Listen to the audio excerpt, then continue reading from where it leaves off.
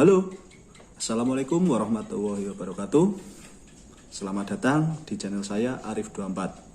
Pada kesempatan kali ini, saya akan memberikan materi terkait kegiatan MOPDB SMP Negeri 1 Tersono tahun ajaran 2021-2022. Materi apa yang akan saya sampaikan?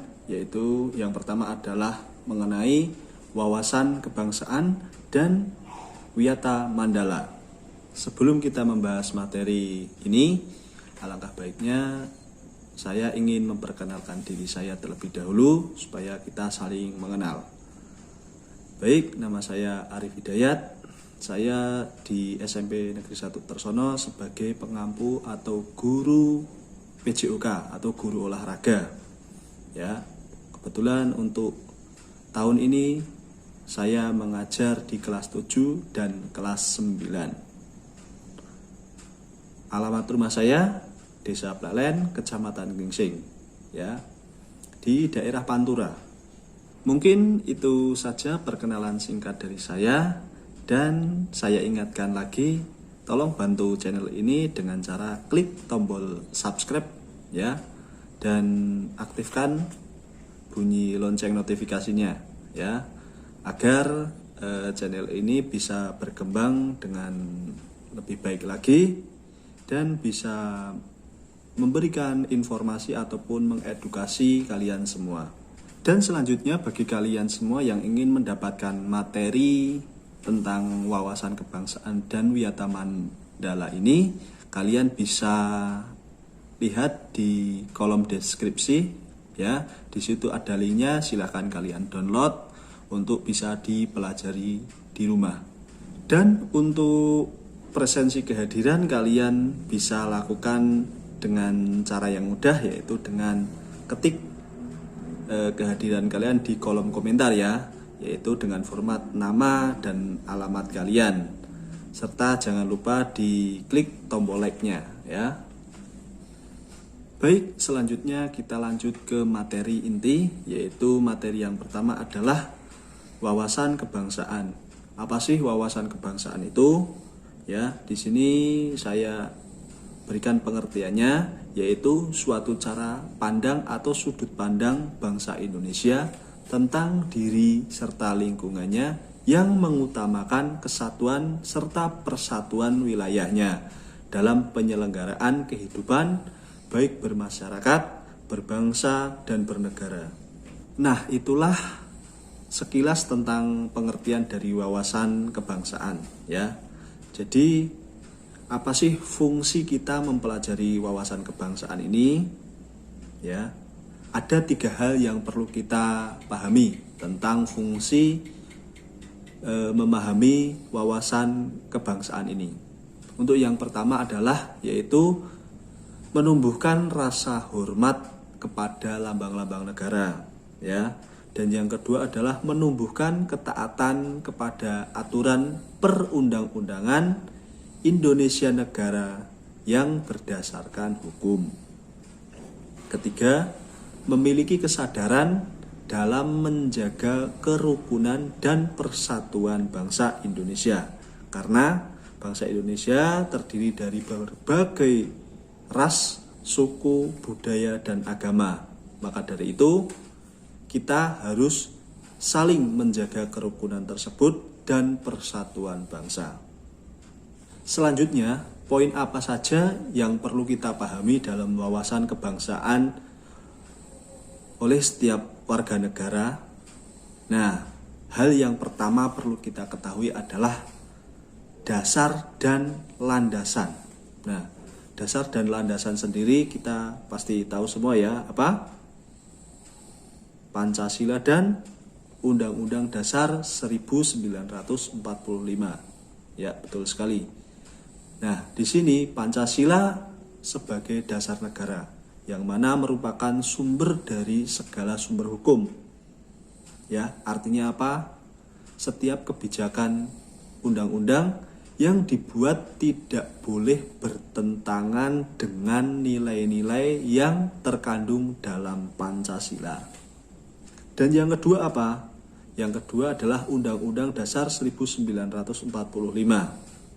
Kita semua tahu ya, bahwasanya Undang-Undang Dasar 1945 sudah mengalami berbagai amandemen ya, tapi pada hakikatnya poin Undang-Undang Dasar 1945 ini kita masih berpedoman atau mengacu pada Undang-Undang Dasar 1945 sebagai landasan konstitusional, yang mana merupakan tataran utama dan paling utama dari penjabaran 5 norma dasar negara. Artinya Pancasila kita dijabarkan melalui Undang-Undang Dasar 1945. Selanjutnya, apa yang harus kita pahami dalam bentuk negara ini? Kita semua tahu bentuk negara kita adalah NKRI ya, yaitu yang tercantum dalam bab 1 pasal 1 Undang-Undang Dasar 1945, yang mana berbunyi negara Indonesia adalah negara kesatuan yang berbentuk republik. Filosofi persatuan dan kesatuan itu ada di dalam lambang Garuda Pancasila, yang mana tertulis di lambang tersebut yaitu Bhinneka Tunggal Ika. Meskipun berbeda-beda tapi tetap satu. Dan yang harus kita pahami juga yaitu adalah mulai sejarah Nusantara, kemudian sejarah perjuangan melawan penjajah, dan yang ketiga adalah sejarah kemerdekaan. Nah, setelah itu kita memahami perjalanan kemerdekaan bangsa Indonesia sampai pada era reformasi.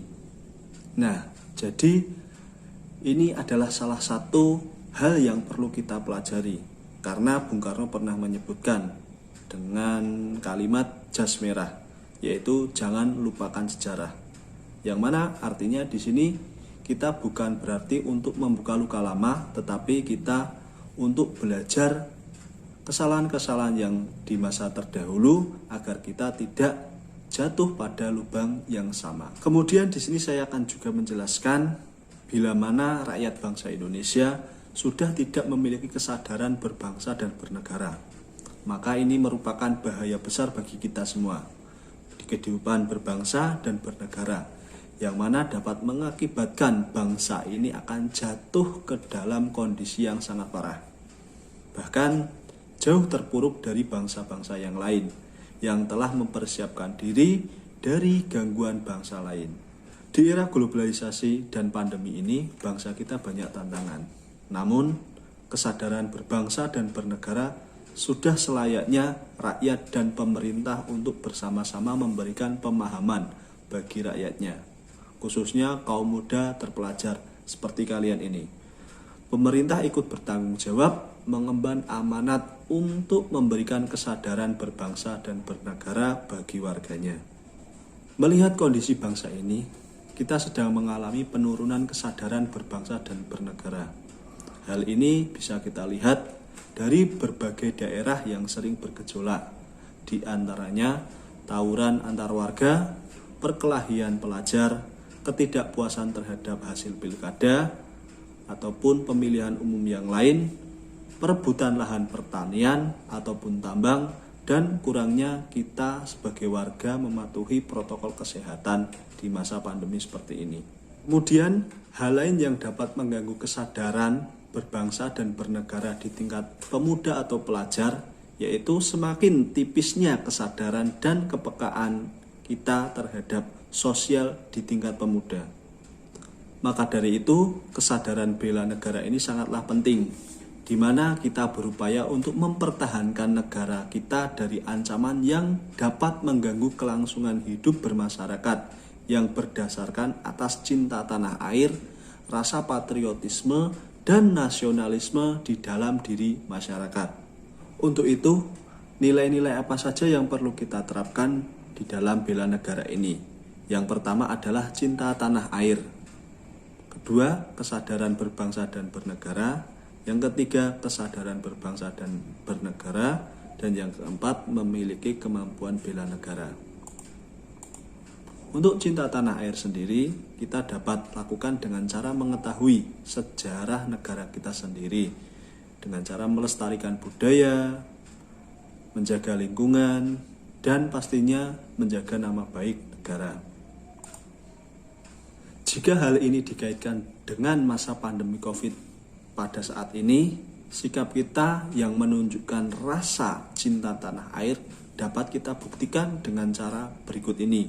Yang pertama adalah adanya kesadaran dan kedisiplinan masyarakat secara kolektif dalam mematuhi protokol kesehatan, seperti memakai masker, menghindari kerumunan, menjaga jarak aman atau physical distancing, kemudian mencuci tangan dengan sabun dan menggunakan hand sanitizer, dan mengkonsumsi vitamin dan makanan yang bergizi untuk tubuh dan kekebalan imun kita.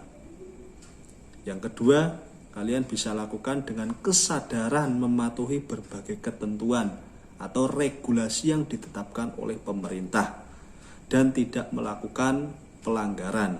Kemudian ada 3 hal yang harus kita lakukan untuk membina nasionalisme Indonesia ini. 1.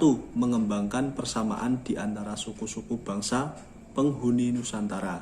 2. Mengembangkan toleransi atau sikap toleransi. Yang ketiga, memiliki rasa senasib dan sepenanggungan di antara sesama bangsa Indonesia. Itulah 3 poin yang perlu kita lakukan untuk membina nasionalisme Indonesia. Selain 3 hal yang harus kita lakukan untuk membina nasionalisme, ada hal yang lain harus kita hindari dalam memupuk semangat nasionalisme ini. Yang pertama adalah sukuisme, yaitu menganggap suku bangsa sendiri yang paling baik. Kemudian ada ekstremisme, yaitu sikap mempertahankan pendirian dengan berbagai cara, kalau perlu dengan kekerasan dan senjata. Yang ketiga adalah chauvinisme, atau menganggap bangsa sendiri paling unggul. Dan yang keempat adalah provinsialisme, yaitu sikap selalu berkutat dengan provinsi sendiri atau daerah sendiri. Jadi hal ini harus kita hindari supaya kita tetap dapat memupuk semangat nasionalisme.